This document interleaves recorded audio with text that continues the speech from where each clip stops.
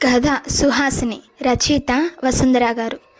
మనోహర నీలాకాశం కింద విశాలమైన పచ్చిక బయల్లో అప్పుడు అతడు ఒక్కడే మనిషి. అతడి పేరు గౌతమ్. గౌతమ్ ఆకాశం వైపే చూస్తూ, ఓ భగవంతుడా, ఎంత ప్రయత్నించినా నా చూపుల వేగం నిన్ను అందుకోవడం లేదు. నీవు నాకెంత దూరంలో ఉన్నావు అంటూ ఎలుగెత్తి అరిచాడు. అప్పుడు ఆకాశంలో ఉరుమొకటి ఉరిమింది. అది అతడి మాటల ప్రతిధ్వనిలా కాక అతడి ప్రశ్నకు సమాధానంలా ఉంది. ఆ సమాధానంలోని అంతరార్థం భగవంతుడి ఉనికిలాగే అతడికి అందకుండా ఉంది. దేవుడి నుంచి ఇంకా ఏదో సందేశం అందుతున్నట్లుగా అతడు ఆకాశం వైపే చూస్తున్నాడు. ఎవరు నాయనా నువ్వు? ఆ పిలుపు ఉరుము తర్వాతి వాన చినుకులా లేచి ఉలిక్కిపడి చూశాడు గౌతమ్. ఎదురుగా దెబ్బ పండు వంటి ఛాయతో, పండిన కేశాలతో, నిండైన గడ్డంలో నిర్మలమైన చూపులతో ఆజానుబాహుడైన కాషాయంబరధారి కనిపించాడు అతడికి. క్షణం పాటు భగవంతుడు ప్రత్యక్షమయ్యాడా అన్న భావం కలిగింది అతనికి. ఎవరు నాయనా నువ్వు? అది ప్రశ్నలా పలకరింపులా కాక భగవంతుడి పిలుపులా వినిపించింది అతనికి. నా పేరు గౌతమ్. ఏం చేస్తున్నావు ఇక్కడ? తల్లిదండ్రులు నాకు గౌతమ్ అని పేరెందుకు పెట్టారు అని విచారిస్తున్నాను. విచారం ఎందుకు అన్నాడు కాషాయంబరధారి. నా చుట్టూ ఉన్న వారిలో 180 మందికి కడుపు నిండా తిండి లేదు, కట్టుకునేందుకు బట్ట లేదు, తల దాచుకునేందుకు గూడు లేదు. విచారించక ఏం చేయను అన్నాడు. విచారించి ఏం చేస్తున్నావు? ఏం చేయాలో తెలియకే విచారం.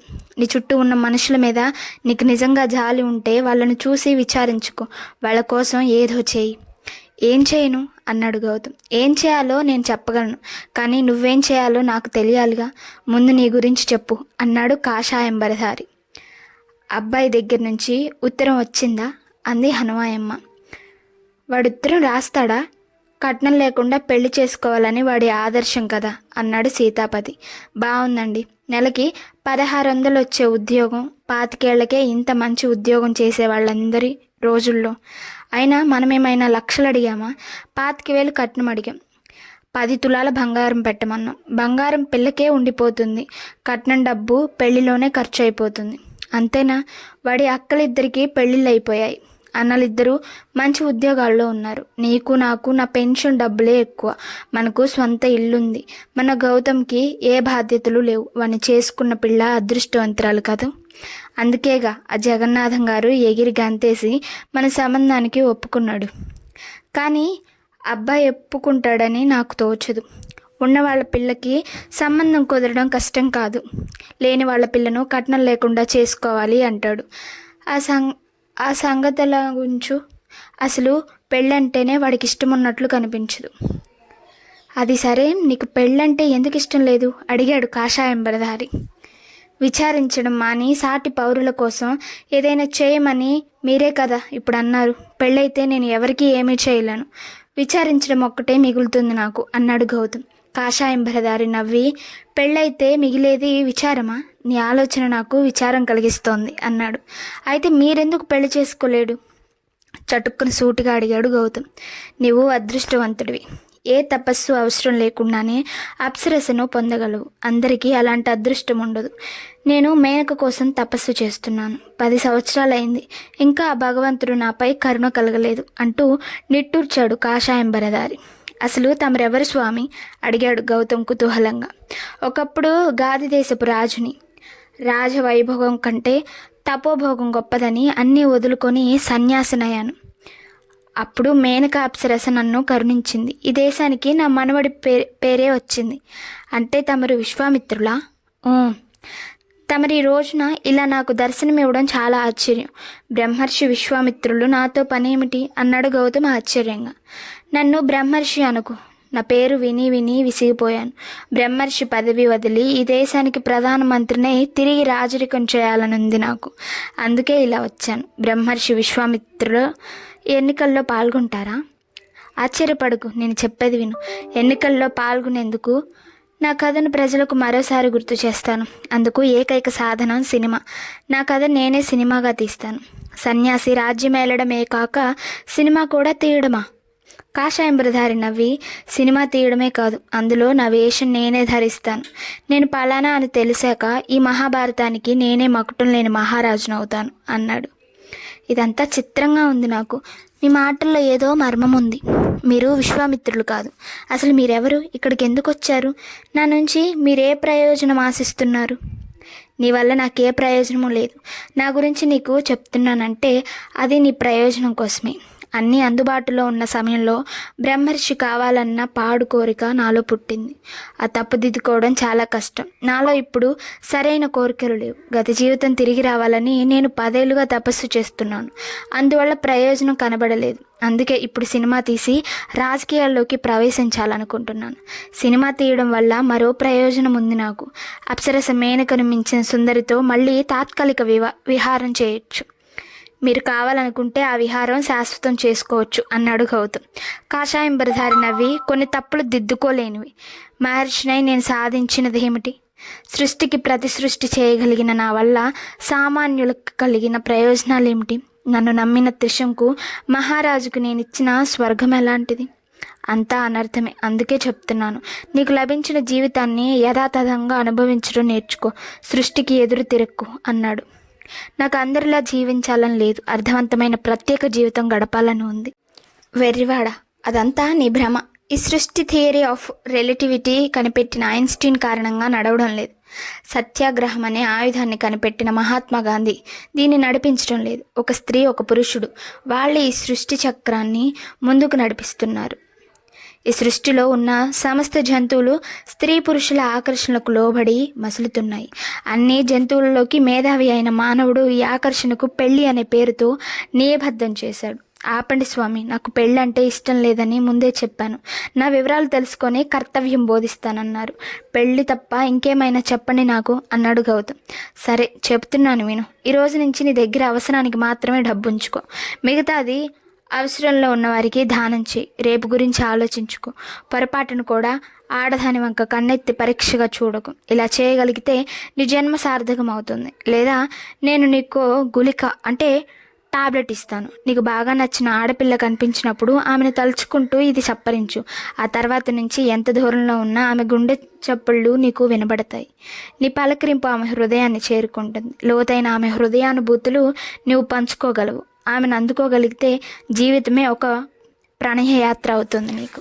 నేను వివాహానికి విముఖుడిని. అయితే సరే, ఈరోజు నుంచి సన్యాసి జీవితం గడుపు అంటూ కాషాయంబదారి వెనక్కు తిరిగాడు. స్వామి అంటూ గౌతమ్ ఆయన్ను కంగారుగా అనుసరించి అందుకొని, మళ్ళీ మిమ్మల్ని కలుసుకోవాలంటే నేనేం చేయాలి అన్నాడు. వెర్రివాడ, నీకు సంబంధించినంత వరకు నా కథకి ఇదే ముగింపు. తర్వాత నా కోసమని ఎక్కడ వెతకగలవు? త్వరలోనే ఎన్నికలు వస్తున్నాయి. ఎక్కడ చూసినా నీకు నా వంటి వాళ్ళే కనపడతారు. వాళ్ళలో నువ్వు నన్ను వెతికి పట్టుకోలేవు. నీకేమైనా సందేహాలుంటే ఇప్పుడే అడిగి తీర్చుకో అన్నాడు కాషాయం బరధారి. అయితే ఆ టాబ్లెట్ నాకు ఇచ్చి వెళ్ళండి స్వామి. మనసుకు నిలకడ ఉండదు కదా, అది ఎప్పుడు ఎలా మారుతుందో ఏం చెప్పగలం అన్నాడు గౌతమ్.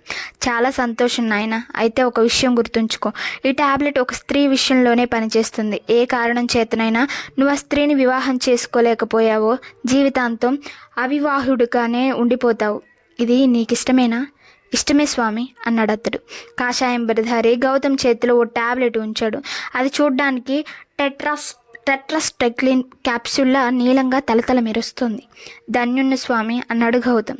ఇంకేమైనా సందేహాలుంటే ఇప్పుడే అడుగు, మళ్ళీ మనం కలుసుకోము అన్నాడు కాషాయం బరధారి. వెంటనే గౌతమ్, అసలు తమరు ఇక్కడికి ఎలా వచ్చారో చెప్పండి అన్నాడు.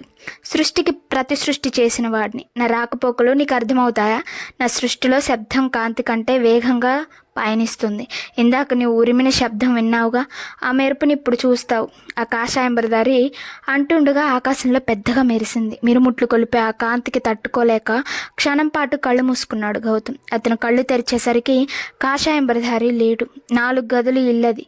అందులో ఒకే గదిలో ఉంటున్నాడు గౌతమ్. ఆ ఇల్లు గౌతమ్ తండ్రి సీతాపతి స్నేహితుడు భీమారావుది. భీమారావు పెళ్లి చేసుకోలేదు. దేశదిమ్మరిలా తిరుగుతుంటాడు. కదిపితే వేదాంతం మాట్లాడతాడు. తన ఇల్లుని అద్దెకివ్వడం అతనికి నచ్చదు. సీతాపతి పట్ల స్నేహభావంతో గౌతమ్ వరడందులో ఉండనిచ్చాడు.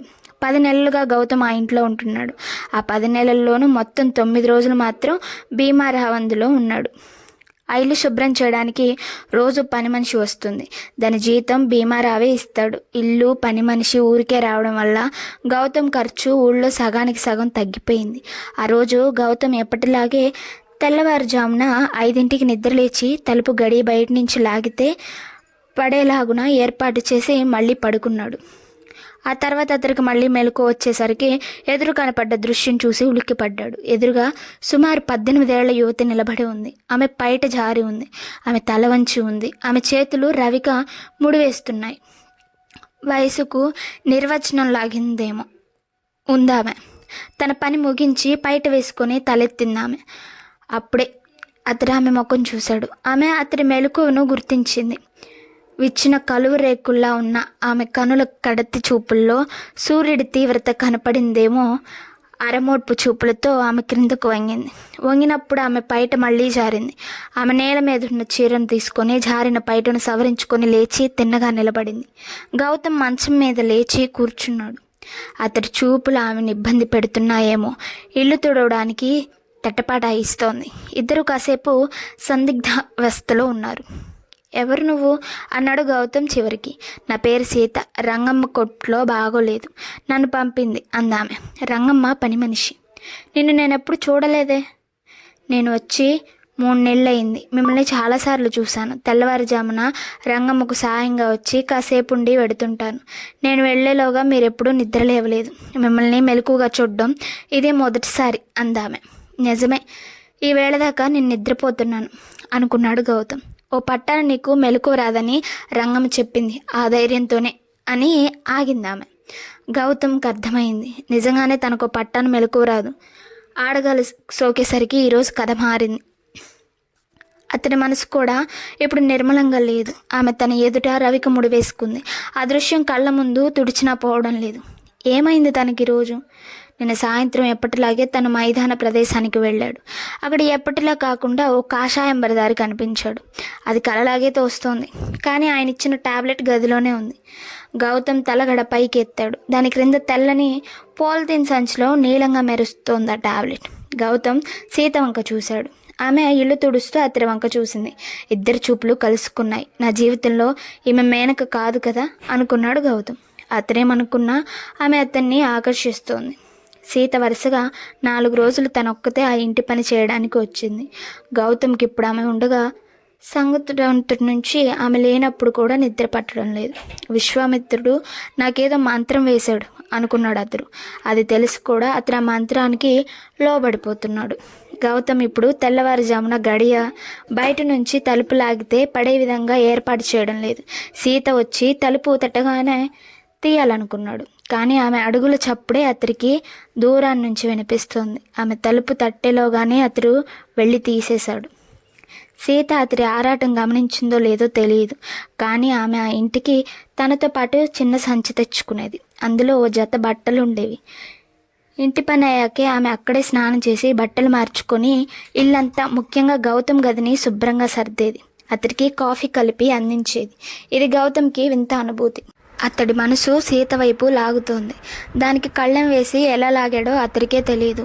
4వ రోజున అతడు తన్ను తాను నిగ్రహించుకోలేనని గ్రహించి ఆదర్శాలు అదే పనిగా మనసును చివాట్లు పెట్టగా సీత పని చేసుకుంటున్న సమయంలో తను వెళ్ళి మంచం మీద పడుకొని కళ్ళు మూసుకొని అంకెలు లెక్క పెట్టసాగాడు.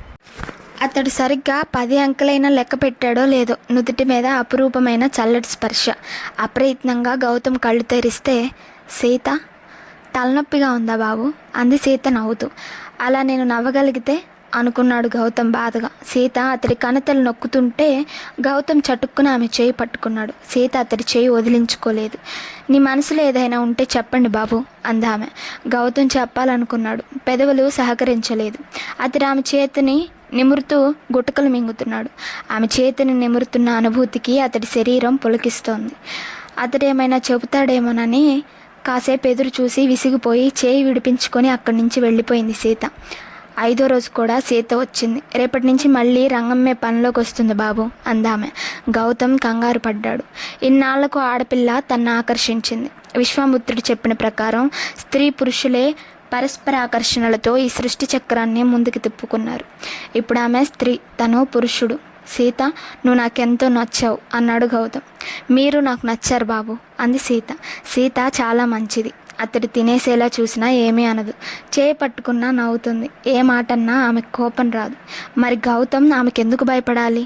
మళ్ళీ సీత తన ఇంటికి రాదన్న భయమేమో గౌతంలో ధైర్యాన్ని పెంచింది.